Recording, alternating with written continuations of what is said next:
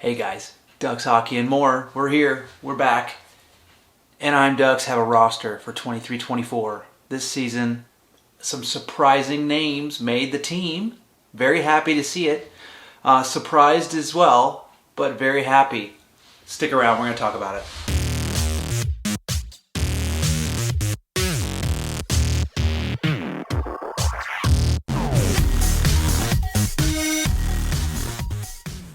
Alright, so welcome back, Ducks Hockey and more, okay? Got a new little setup going on here, so here we go. Look, 23-24 season is upon us. Saturday, Game 1 for the Anaheim Ducks against Vegas in Vegas, of course. That should be interesting, right? Vegas just beat Seattle yesterday, actually, so that was kind of an indication of Vegas is going to keep rolling just like they always do. And so it should be an interesting game for Anaheim. We'll see how well they can hold up against the Golden Knights. But let's talk about this team, and specifically what this video really is about is the roster, and some surprising names made the team and also didn't make the team. It was quite interesting to see, but I am very pleased with what I'm seeing as far as that roster going into this season. So I wanted to touch on the last couple of preseason games. Arizona Coyotes and the Ducks faced off. I think it was one at Honda Center, another one in Tucson. So watched both games, was not very impressed. If you guys did watch the game, you probably know exactly what I'm referring to. Overall, gameplay was bad. Stalock looked horrible in that last game, that 7-1 loss. Which didn't surprise me to see him get waived and then clear waivers, and now he's in San Diego. That was really bad. And for Stalock, I was surprised because he's not a bad goaltender. He's a veteran guy. He's been around for a while, and he's always put up pretty decent numbers. Good guy for a backup role, but it was just pretty bad. The defense wasn't complete like what we see with this opening night roster. But I think that had a lot to do with why we got our ass kicked so bad. But I don't know. It was just an interesting, that last one specifically, very, very disappointing. Let's put it that way. The one that was in Anaheim, we lost that one 4-2. Now that one was a little bit better. What I liked about that particular game was kind of what I've referred to in other videos, or a other video about Carlson. Leo Carlson, and being on the top line with Zegras and Terry at the wings. I kind of thought it was a long shot. They had him up there on that top line, and he looked good. He looked natural out there with those guys. They were creating plays. I really, really, really, really liked what I saw between those three, specifically Carlson. And the more they get a chance to play together, the more chemistry they're going to build, the better they're going to get. I think that's going to be a pretty badass line for the Anaheim Ducks this season as we continue to move down, through the season. So that was the one good thing I took out of that 4-2 loss at Honda Center, but the Carlson gig. But then, of course, he got injured. I did want to talk about that, where he injured himself in practice. So, interestingly enough, Leo Carlson made the roster, right? But he's injured, so he's not going to be there to start the season. That's okay. We'll get him injured, take our time, right? Make sure he's good to go, and then we'll get him back in there playing. So, interesting stuff, right? So, some notable names that were sent down and aren't on the roster. Robert Hagg. I was surprised at that. Olin Zellweger, another one where it was like he had especially when Hagg got sent down in Colton and White, I was like, ooh, this may open the door for Zellweger, and instead it was Minchikov and Tristan Luneau. So I'm going to talk about the roster in a second, but those two names, interesting stuff. Very excited to see those two guys on the opening night roster. I do want to talk about the fact that we picked up that Lassie Thompson guy off of waivers from Ottawa, right? And then turned around and put him back on waivers. Obviously, he's not going to be a Duck. But we picked up on waivers I think it was yesterday, actually, that Cat Johnson, get to my notes here in a sec. Yeah.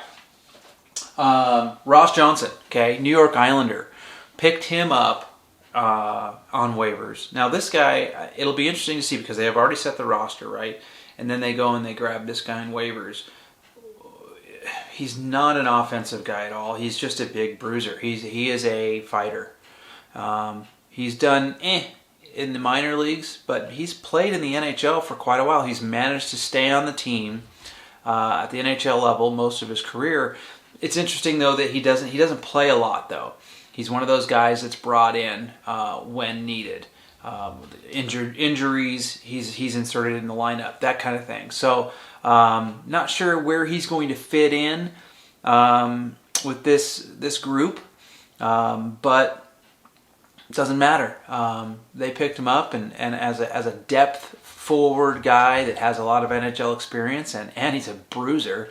They opted to go with him, and they did not sign Zach Kassian after that PTO he was on. They decided to let him go, and so Zach Kassian's got to find a team to play for. So there you go. So shortly after the video that I made, the last video I made, Zegras signed a deal, right? And then Drysdale went ahead and signed. So both of them have signed. Both are on bridge deals, and they've got a lot to prove. So that enough said, right? I mean, they're on the team, they're playing. That's all we needed to do, right? We needed to get them on there. I want to talk about the actual roster, okay? That's primarily what I wanted to talk about with this video. So let's just dive into the forward group for the Anaheim Ducks for this 23-24 season. As I mentioned before, that top line of Carlson, Zegras, and Terry. I really like this line. I really, really do. I envisioned it watching a camp and hoping that Carlson might make the team. I thought, boy, he would be dynamic as a top line with Zegras on the wing and Terry on the other side. Lots of talent on that line. Tons. So there you go. There's your top line. Now, Carlson's injured, okay? Not badly. He's day-to-day. He'll probably miss the first few games, and then he'll be inserted back in the lineup when he's good. They're going to be patient, obviously, with him. So it'll be interesting to see who they have up there to start the season. On that top line, I'm thinking they might move Henrique up there, something like that. We'll see, because we have options. But there's your top line, okay? Second line, Mason McTavish at center, and then you've got Frankie Vetrano and Ryan Strome on the wings. It's a pretty interesting line. Vetrano, great scoring winger. And Stromer's just a good NHL guy too, right? He's got lots of experience. And then McTavish, I think, is going to have a big year, a big improving year over last year. So on that second line, having those two guys that can put the puck in the net, it gives him a lot of opportunity. Remember, players feed off of each other. So if these guys are feeling it, they're going to complement each other, right? And they're going to help each other. So I think it's having Vetrano and Strome, a couple of NHL veterans, to kind of help him create some offense and numbers. It might work out really well for McTavish on that second line. So I think that's a pretty good setup. You will probably see a lot of changes as the season goes along because things don't always work out. Chemistry is developed between other players, and so we'll see what happens. But there's your second line of McTavish, Vetrano, and Ryan Strome. Dropping down to the third line, Oliver Grew. This guy killed it in San Diego last year, Grew. He made the team. Now, I have a feeling that he is the expendable guy that might not be there once Leo Carlsson gets healthy again. You know what I mean? That's where we see him step back out, and Henrique moves to the center position. Leeson maybe gets in, but either way, it doesn't matter.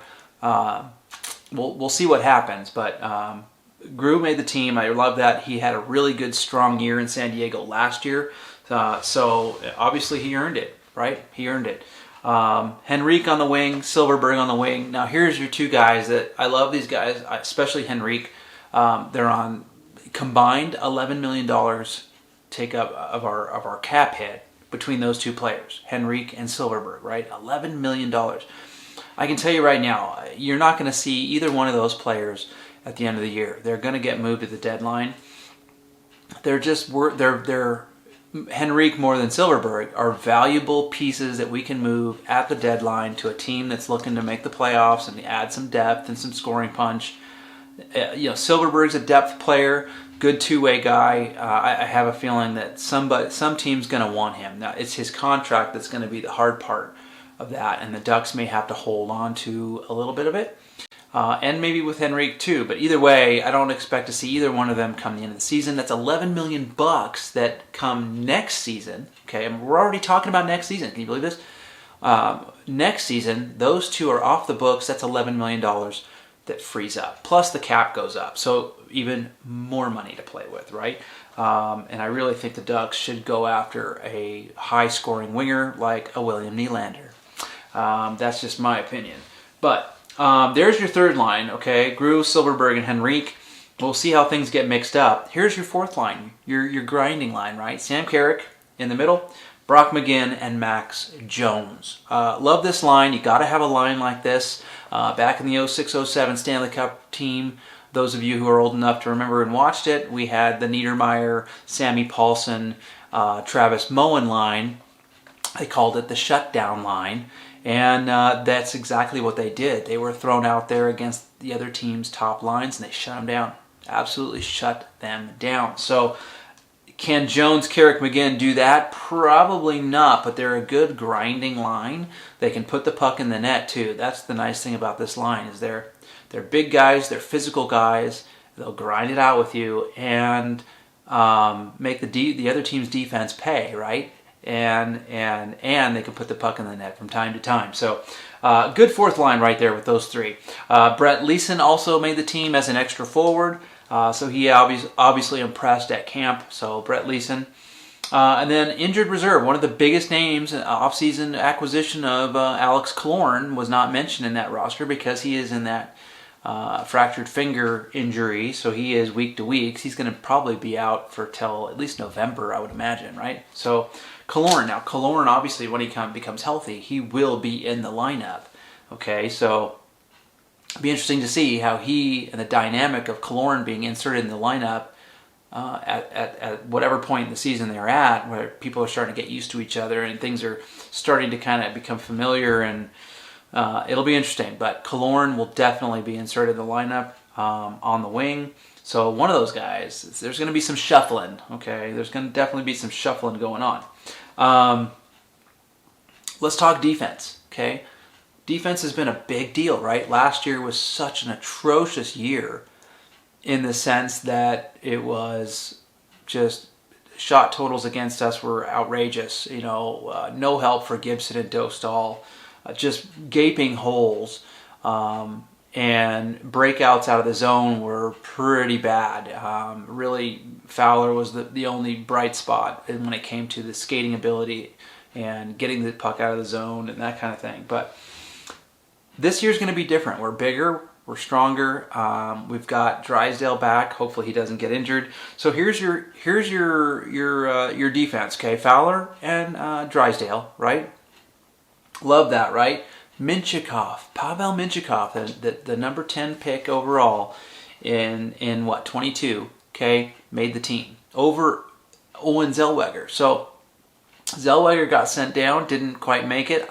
He impressed me in camp. Both of them did. So I was kind of like a toss-up, really, between the two. When they sent Hag and White down to San Diego, I thought, well, shoot, who are they going to insert? Is it Minty? Is it Zellweger? Who's going to make this team? Minchikov, hey, he had the lone goal in that 7-1 loss preseason game to Arizona. He looked good. He's impressed. So Zellweger is he's gonna be in. You're gonna see him this year. Don't you Zellweger fans worry? Zellweger will be there and he will be playing. It's just a matter of when and how much. But Minchikov makes the lineup. Lyubushkin, who we got in a trade from Buffalo, I like him because of his experience. And then talked about it before for a long time, even last year, Jackson Lacombe. Jackson Lacombe is ready for the NHL. I've said it a million times, and he made the team. I knew he would. He is good. He's money. He really is. Jackson Lacombe. And then you've got Radko Gudas as well. So Fowler, Drysdale, Minchikov, Lyubushkin, Lacombe, and Gudas. Okay? And then the extras, Urho Vakanainen, which you haven't heard his name very much. Okay? But Urho Vakanainen and Tristan Luneau. Yeah, that's right. Tristan Luneau. Okay? Another young defenseman that has a lot of upside made the team. Over Zellweger, which was interesting. So I'm not sure what happened there. Who knows, right? But Tristan Luneau is on the opening roster. Now, is he going to be playing opening night? Probably not. No, the first 6 games I talked about will be. But the fact that he'll be traveling with the team and part of the team, is good for him. It really is. Good for you, Tristan Luneau. Glad to see it, and hopefully you will kick some major ass and get yourself in the lineup and make some noise, right? Goalies, this was kind of a no-brainer. John Gibson and Lucas Dostal will be our number 1 and number 2 goalie this year. So in the background, we've got Kaye Klang, we've got Alex Stalock, which more than likely, if something happens to either one of our guys, Dostal or Gibson, it's going to be Stalock that gets brought up. But there you go. There's our roster for this season. So interesting stuff. I am super excited. I'm really happy that some of these younger defensemen made the team. I love the fact that Leo Carlsson and possibly be that number 1 center through the majority of the year, if not all the year. Papper Beek had a comment on social media or something like that where he basically was like, hey, Leo Carlsson is going to be with us for the rest of the year. And that was a bold statement, and he made the team. So there was definitely a lot of people impressed by him, including myself. But coaching staff and everybody else very happy about Carlsson and what he's already accomplished in the short period of time that he's been with Anaheim. So looking forward to seeing him develop and get better and better, as well as the young defenseman guys, Luneau, Minty, and Lacombe. It's going to be great. I love the fact that we're bigger and we're stronger. I think we're better skating team this year too, especially on the back end when you've got guys like Drysdale, Fowler, Lacombe, even Minchikov. These guys are good skaters. They've got their head on a swivel. They see the ice really well. They make good passes. They're responsible with the puck. Minchikov it'll be interesting to see how he does under pressure. In the beginning, I'm sure it's going to be interesting for him making the team and being in the NHL and playing with the big boys, right? But, good stuff. So, hey, I want you guys to comment below, okay? Comment, tell me what you think of my new little studio setup. But also, I want to hear your thoughts on the roster, okay? The Anaheim Ducks and what they've done. Give me some comments. Let's talk about it. And, I'll respond, of course, and then we'll have some discussions about what you guys think and that kind of thing. So, as always, thanks for watching.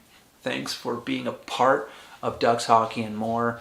Love you guys. Don't forget to go down and subscribe and smash the like button. Spread the word. And, Ducks Hockey and more, baby. And Ducks Hockey starting in a few days. Okay, guys. Hey, thanks for watching. We'll see you on the next one.